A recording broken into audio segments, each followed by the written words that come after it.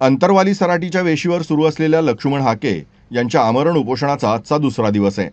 सगळे सोयरे शब्दाची अंमलबजावणी केल्यानं ओबीसी आरक्षणाला धक्का कसा लागत नाही हे सरकारनं लेखी स्वरूपात द्यावं.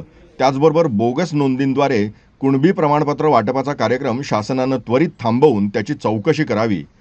याचं लेखी आश्वासन जोपर्यंत सरकार देत नाही तोपर्यंत हे आमरण उपोषण थांबणार नाही, असं लक्ष्मण हाके यांनी म्हटलंय.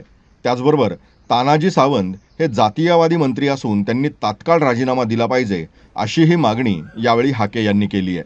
तुमच्या आमरण उपोषणाचा आजचा दुसरा दिवस आहे.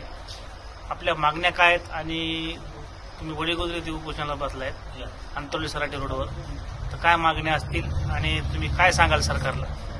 आमच्या ओबीसीच्या आरक्षणाला धक्का लावणार नाही असं लेखी आश्वासन आम्हाला या 12 करोड जनतेचं दायित्व असणाऱ्या मुख्यमंत्र्यांनी आणि मंत्रिमंडळानं जोपर्यंत लेखी आश्वासन आम्हाला देत नाहीत तोपर्यंत आम्ही हे आंदोलन थांबवणार नाही.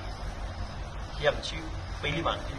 दुसरी मागणी अशी आहे की ज्या कुणबीच्या नोंदी प्राधान्यक्रमानं शासनाच्या संरक्षणात एकदम तत्परतेनं दिल्या जात आहेत याच्यावरती आमचा आक्षेप आहे. कारण या बोगस नोंदी आणि बोगस दाखले वाटपाचा कार्यक्रम सुरू आहे.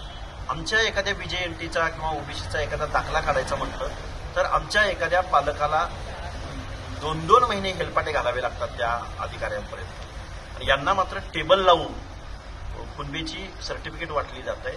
हे खरं तर हे घटनाविरोधी हा प्रोग्राम शासनाच्या संरक्षणात सुरू आहे.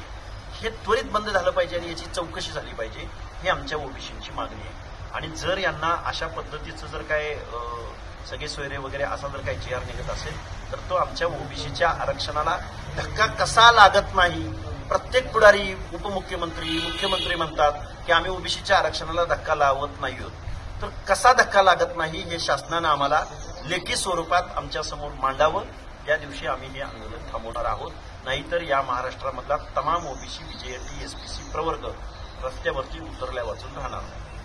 काल त्या ठिकाणी महाराष्ट्राचे मंत्री आहेत, जे आरोग्यमंत्री तानाजी सावंत, त्या ठिकाणी बोललेत की माझं मराठ्याचं रक्त आहे म्हणून मी या ठिकाणी आलो आहे, इथं मंत्री म्हणून आलो नाही. यावर तुम्ही काय बोलाल? तानाजी सावंतांनी पहिल्यांदा राजीनामा दिला पाहिजे.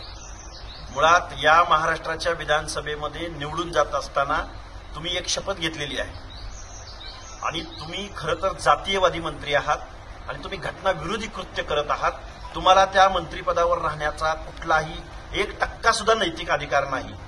तुम्ही तुमची जात दाखवून देताय, परंतु हा देश, या देशातले सगळे नागरिक हे सगळे समान आहेत आणि सगळ्यांचं प्रतिनिधित्व म्हणून मंत्रिपदावर राहण्याचा आणि आमदार पदावर राहण्याचा तुम्हाला कवडीचाही अधिकार नाही. आणि ओबीसी बांधवांना मी एक सांगेन की तुमचं आंदोलन सुरू झाल्यानंतर हे जे निवडून दिलेले आपण लोकप्रतिनिधी आहेत ते लोकप्रतिनिधी कशा पद्धतीचं वर्तन करतायत हे तुम्ही कुठेतरी नोटीस केलं पाहिजे.